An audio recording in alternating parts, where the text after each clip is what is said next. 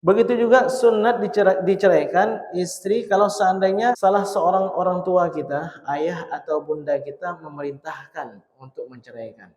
Lidah sudah berdampingan dengan gigi, tapi ada kalanya juga tergigit. Apalagi yang satu.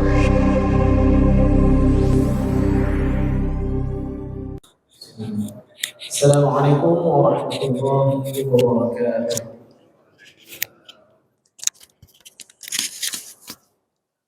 Alhamdulillahi rabbil alamin.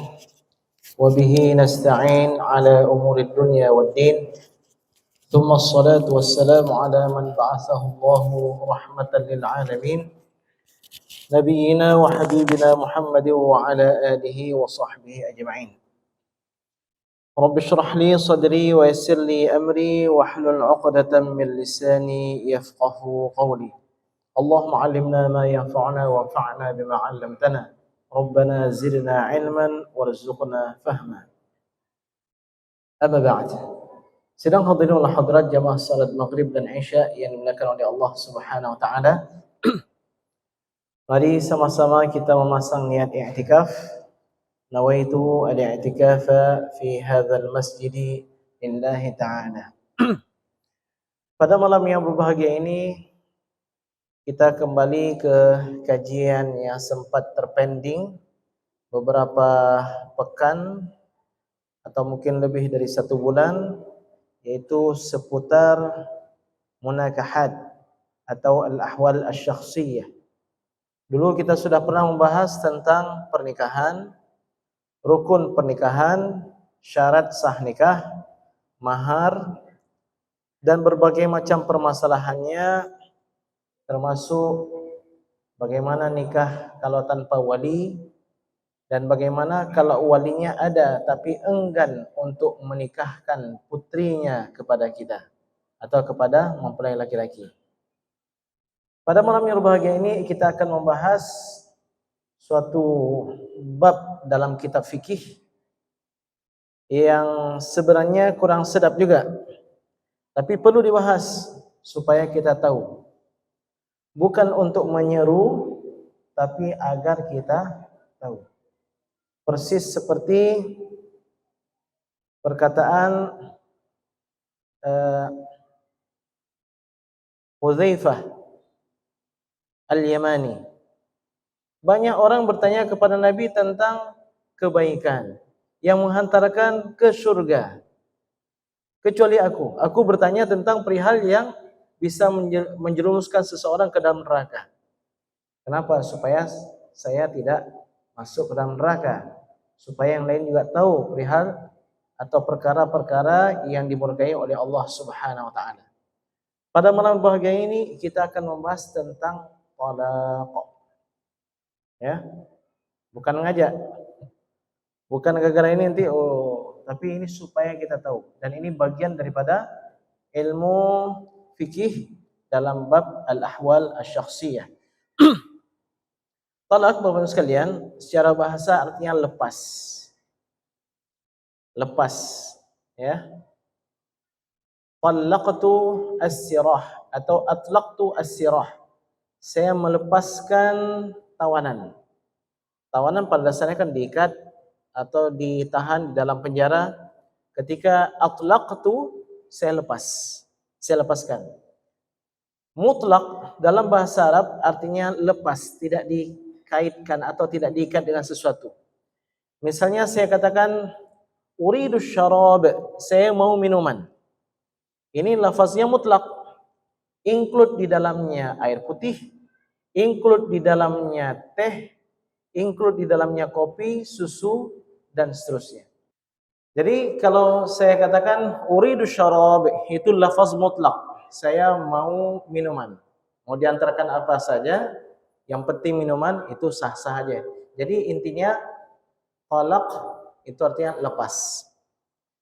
Namun talaq yang dimaksudkan di sini adalah makna syar'i, yaitu halu uqdatin nikahi bi lafzit talaqi wa nahwihi.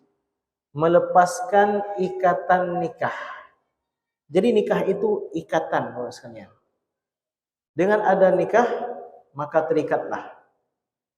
Seorang yang jomblo sebelumnya bisa lepas mau pergi kemana aja, ya, mau makan sehari 2 kali, 3 kali, 5 kali sekali, no problem. Mau pulang ke rumah orang tuanya tengah malam atau enggak pulang, lepas. Tapi begitu dia menikah, terikat.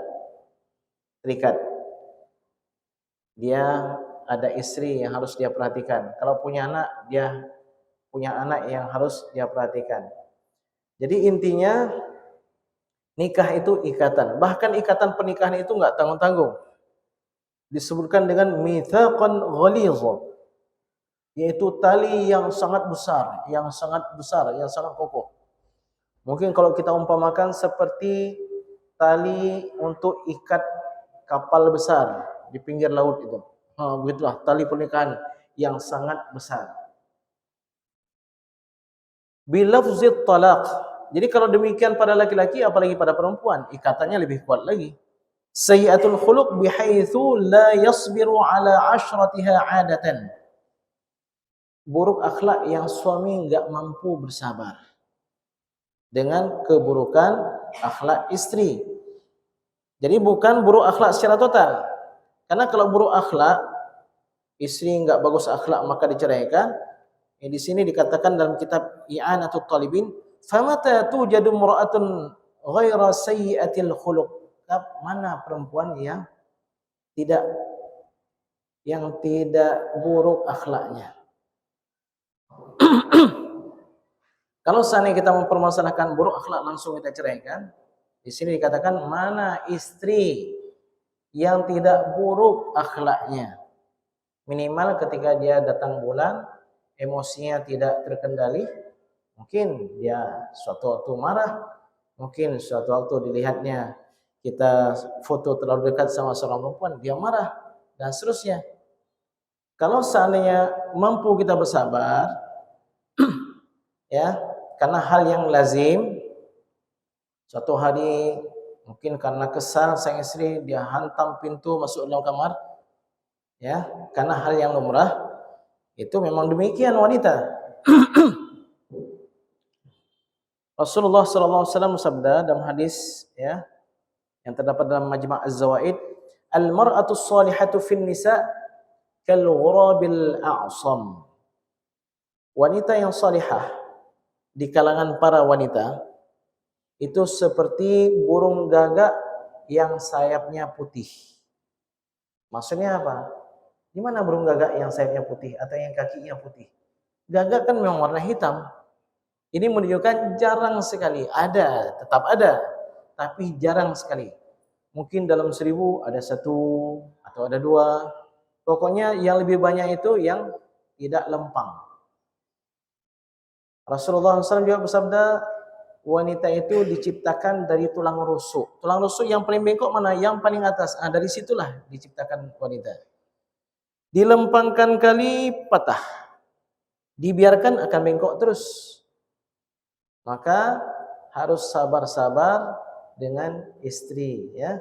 Memang sudah demikian dari sononya diciptakan oleh Allah Subhanahu wa taala. Tapi kalau memang kita enggak mampu bersabar, kita takut akan terjadi yang lebih buruk lagi, demi kebaikan kita dan demi kebaikan dia, sunnat untuk diceraikan. Begitu juga sunnat diceraikan istri kalau seandainya salah seorang orang tua kita, ayah atau bunda kita memerintahkan untuk menceraikan. Tapi dengan catatan, orang tua kita itu orang yang bijaksana. Yang dia perintahkan itu bukan sembarangan, bukan ngawur, tapi memang karena ada alasan-alasannya. Orang tua memerintahkan, kita lihat begitu wajar, maka sunnah untuk diceraikan. Bapak sekalian, jadi diingat ya, kata kuncinya apa?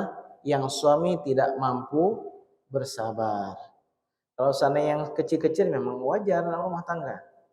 Diibaratkan apa? Kalaulah lidah kadang-kadang tergigit, ya, padahal hidup kita berapa puluh tahun itu, dari kita berusia setahun atau setahun setengah, lidah sudah berdampingan dengan gigi, tapi ada kalanya juga tergigit. Apalagi yang satu 25 tahun di suatu kampung, di suatu kebiasaan, yang satu lagi 23 tahun atau 20 tahun di tempat yang lain. Terjadi perselisihan adalah hal yang wajar. Bahkan Rasulullah sallallahu alaihi wasallam ada kalanya istri beliau, ini memang sisi keluarga yang luar biasa ya. Ada kalanya istri Rasulullah SAW itu menunjukkan sikap cemburunya itu di hadapan para sahabat-sahabat Nabi.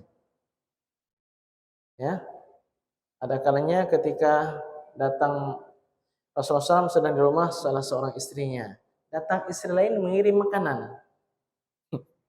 Datang istri lain mengirimkan makanan. Jadi begitu sampai istri tersebut berangkat, oleh sang istri yang sedang gilirnya ditumpahin makanan tersebut. Ya, ada kalanya demikian. Jadi kalau istri Rasulullah SAW demikian, apalagi istri kita, Ummahatul Mukminin. Rasulullah SAW masuk surga kan, Ummahatul Mukminin sudah pasti masuk surga. Apalagi istri kita yang kita sendiri pun belum tentu masuk dalam surga atau enggak. Tapi kita berharap mudah-mudahan Allah Subhanahu Wa Taala memaafkan dosa-dosa kita. Kemudian Bapak sekalian, yang ketiga, talak ada kalanya hukumnya mubah, boleh. Yaitu ketika sang istri kita udah nggak punya kecenderungan, tapi bukan total, ya nggak ada kecenderungan dan diri kita tidak mampu memberikan nafkah kepada dia tanpa kita bersenang-senang dengannya. Maksudnya bagaimana? Kita perlu istri, tapi kita nggak berhajat kepada istri yang ada di rumah kita ini. Dengan istri kita nggak berhajat. Tentu apa? Kita perlu cari yang lain. Nggak mungkin dua-dua kita berikan nafkah karena ketidakmampuan ekonomi kita misalnya. Maka di sini hukumnya mubah. Ya. Kemudian yang keempat, talak yang makruh. Inilah hukum dasarnya. Yaitu ketika nggak ada masalah. Nggak ada masalah kok tiba-tiba cerai. Ini hukumnya makruh. Dan yang kelima, ada kalanya talak itu haram. Yaitu talak yang ada unsur menyakiti sang istri. Atau talak bid'i. Apa itu talak bid'i? Di masa suci yang sudah kita campuri, kita ceraikan dia. Ataupun sudah kita campuri ketika dia sedang halangan, kita ceraikan dia. Kenapa haram? Karena nanti iddahnya kelamaan. Jadi ini memudaratkan sang istri. Jadi Bapak sekalian, ini hukum dasar. Namun kalau istri kita sudah punya anak, hendaknya banyak-banyaklah kita pertimbangkan. Karena saya melihat anak yang dari broken home itu sangat sedih kita. Ya, terutama masih kecil, orang tuanya sudah broken home. Kita lihat di pesantren, di sekolah ini, sekolah itu, kenapa begini? Waktu kita lihat rupanya orang tuanya bermasalah. Ya, bahkan kadangkala orang tuanya nggak mampu mengelola anaknya. Walaupun masing-masing orang tua sudah menikah. Ada kalanya sang anak cinta dengan ayah tirinya lagi. Nauzubillah summa nauzubillah. Jadi sekalian harus banyak-banyak kita timbang ya berkaitan dengan melepaskan tali pernikahan, terutama setelah kita punya anak dari istri kita tersebut. Baik, kemudian sekalian, talak itu banyak macamnya. Dilihat dari segi apa? Dari segi lafaznya jelas atau tidak jelas. Itu terbagi pada dua. Ada sharih yang jelas, nggak perlu niat, cukup ucapkan langsung jatuh. Ada yang kedua sindiran. Kalau ada niat baru jatuh. Dah kamu pulang saja ke sana. Itu jelas atau enggak? Sejak saat ini kamu haram kepada saya. Saya haramkan diri saya kepada kamu dan saya pun enggak mau lagi dekat sama kamu. Itu jelas atau sindiran? Kalau jelas enggak perlu niat. Kalau sindiran ada niat cerai atau enggak? Kayaknya itu yang paling penting. Kemudian dilihat dari segi kapan dijatuhkan. Apakah di masa suci yang belum dicampuri atau di masa suci yang sudah dicampuri atau di masa haid, itu terbagi pada tiga. Talak sunni, Ini yang sunnahnya. Kemudian ada talak bid'i yang haram tadi. Ada kalanya talaknya enggak dikatakan sunni dan tidak dinamakan bid'i. Kemudian dilihat dari segi sang istri memberikan ganti rugi atau tidak. Itu talak terbagi pada dua. Talak biasa dengan khulu'. Apa itu khulu'? Bang ceraikan saya, mahar abang dulu itu saya kembalikan kepada abang. Itu namanya khulu'. Atau berapa abang perlu? Setengahnya saya kasih. Atau kebun kurma atau kebun sawit saya berikan dan seterusnya. Jadi teman sekalian, tiga jenis talak itu dilihat dari segi lafaznya jelas atau tidak. Atau yang kedua dilihat dari segi waktunya, kapan dijatuhkan talak tersebut. Yang ketiga ada ganti ruginya dari istri atau tidak. Maka ada tiga jenis. Ya, ini mungkin akan kita bahas di pertemuan yang lain, insyaallah, atau pertemuan ke depan. Mudah-mudahan Allah Subhanahu wa taala panjangkan usia kita. Amin ya rabbal alamin.